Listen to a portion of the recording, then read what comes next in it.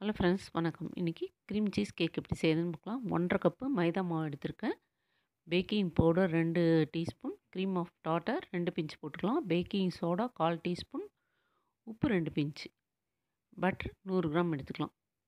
நம்ம கேக் மாவுலாம் அப்படியே ஜலிச்சு ரெடி பண்ணி வச்சுக்கலாம். பட்டர் ரூம் டெம்பரேச்சர் இருக்க மாதிரி பார்த்துக்கலாம். பட்டர் வந்து கீழே செதறாமல் இருக்கணுன்றதுக்காக இந்த மாதிரி ஒரு வெஜிடபிள் கட் பண்ணுற பலகை இருக்கும் பாருங்க, அதில் அந்த கேப்பில் இந்த பிளெண்டர் வச்சு ஃபிக்ஸ் பண்ணிக்கிறேன். இந்த மாதிரி நல்லா நைஸ் ஆகிற மாதிரி அடிச்சுக்கலாம். அதுலேயே 125 கிராம் க்ரீம் சீஸ் போட்டுக்கலாம். க்ரீம் சீஸ் போட்டு அதுவுமே நல்லா அடிச்சுக்கலாம். ரெண்டுமே நல்லா மிக்ஸ் ஆகி வரணும். 1 கப்பு சர்க்கரைங்க நம்ம பாதி பாதியாக ஷேர் பண்ணி போட்டுக்கலாம். 2 தடவையாக ஒட்டுக்கா போடாமல் பாதி பாதியாக ஷேர் பண்ணி போட்டு அடிச்சுக்கலாம். சைடில் அப்பப்போ ஸ்பேட்சில் வச்சு தள்ளி விட்டுக்கலாம்.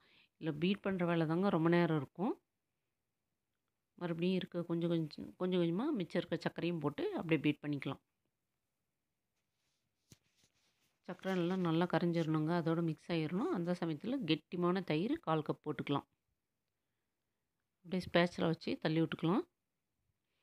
வீடியோ வந்து ரொம்ப லாங்காக வந்ததுங்க. நான் வந்து 2XL போட்டு கொஞ்சம் சின்னதாக பண்ணியிருக்கேன். 1/4 கப்பு தயிர் போட்டு அதுவுமே பீட் பண்ணிக்கலாம். கூட வெண்ணிலா எக்ஸ்ட்ராக்ட் 1 1/2 டீஸ்பூன் போட்டுக்கலாம். கேக் வந்து டேஸ்ட் ரொம்ப அருமையாக இருக்குங்க. பார்க்குறதுக்கு நல்லாயிருக்கும். டேஸ்ட் ரொம்ப அட்டகாசமாக இருந்தது. 1/4 கப் பால் எடுத்து வச்சுக்கலாம். நம்ம ஜலிச்சு வச்சுருக்க மாவு கொஞ்சம், பால் கொஞ்சம் மாற்றி மாற்றி போட்டுக்கலாம். நம்ம 1/4 கப் தயிர் போட்டுருக்கோம், 1/4 கப் பால் சரியாக போகும். நம்ம மாவு போடும்போது ரொம்ப நேரம் பீட் பண்ணக்கூடாது. பால் காலியாகிறவரையிலும் பீட் பண்ணிட்டு அதுக்கப்புறம் பீட்டர் கழட்டி வச்சுட்டு ஸ்பேச்சுலால் தான் நம்ம கலக்கணும் மாவை. இந்த சமயத்தில் அவன் வந்து 170 10 நிமிஷம் ப்ரீஹீட் போட்டுடலாம். மாவு கெட்டிமாக தாங்க இருக்கும் இந்த க்ரீம் சீஸ் கேக்கு. இந்த மாதிரி தான் இருக்கும். அப்படியே எடுத்து நம்ம ப்ரெட் டீனில் போட்டுக்கலாம். எல்லாத்தையும் நல்லா 2 தடவை டேப் பண்ணிவிட்டு 170 45 நிமிஷம் வச்சுக்கலாம் டைமு. ஒரு 10 நிமிஷத்துக்கு நடுவில் ஒரு கோடு போடலான்னு நாங்கள் நவுத்துனோங்க. ரொம்ப சூடாக இருக்குது, எடுக்க முடியல. கேக் வந்து நம்ம வெளியில் எடுத்து வைக்கக்கூடாது, அந்த டெம்பரேச்சர் மாறி போயிடும். கரெக்டாக 55 நிமிஷத்துக்கு பேக் ஆச்சுங்க. 45 நிமிஷத்துக்கு பேக் ஆகலை, 10 நிமிஷம் எக்ஸ்ட்ரா ஆச்சு. 55 நிமிஷம் நல்லா சூப்பராக ஸ்பாஞ்ச் மாதிரி பாருங்கள் கேக் ரெடி ஆகிடுச்சு. கத்தி வச்சு கட் பண்ணலாம் பாருங்கள், அப்படியே வெண்ணெயில் கட் பண்ணுற மாதிரி கத்தி அழகாக உள்ளார இறங்குதுங்க. அந்தளவுக்கு சாஃப்டாக இருக்குது. இந்த ரெசிபி உங்களுக்கு பிடிச்சிருந்தால் லைக் பண்ணுங்கள், ஷேர் பண்ணுங்கள், சப்ஸ்கிரைப் பண்ணுங்கள்.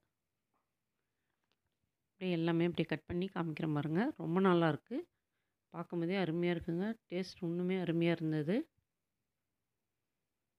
குழந்தைங்களாம் இந்த மாதிரி செய்து கொடுத்தா நல்லா விருப்பமாக சாப்பிட்டுக்குவாங்க. நம்ம பேக்கரி பக்கமே போக வேண்டாம் அந்த மாதிரி கேக்லாம் வீட்டில் செய்தோம்னா. தேங்க்யூ.